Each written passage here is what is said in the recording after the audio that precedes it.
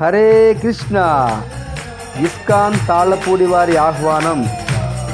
ఈ మంగళవారం ముక్కోటి వైకుంఠ ఏకాదశి సందర్భంగా శ్రీమాన్ శ్యామాంగ శ్రీనివాస్ దాస్ ప్రభుజీ వారి ఆధ్వర్యంలో ఈ మంగళవారం ఉదయం 5 గంటల నుంచి ఉత్తర ద్వార దర్శనం మరియు నిత్య హరినామ సంకీర్తన, సాయంత్రం 6 గంటల నుండి 3000 కేజీల పుష్పాలతో స్వామివారికి పుష్పాభిషేకం జరుగును.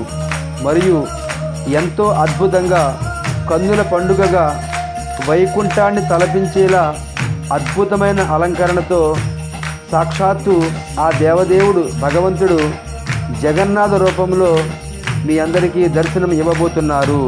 కనుక ఈ ఒక్క ఏకాదశి 3 కోట్ల ఏకాదశి ఫలితాన్ని ఇస్తుంది.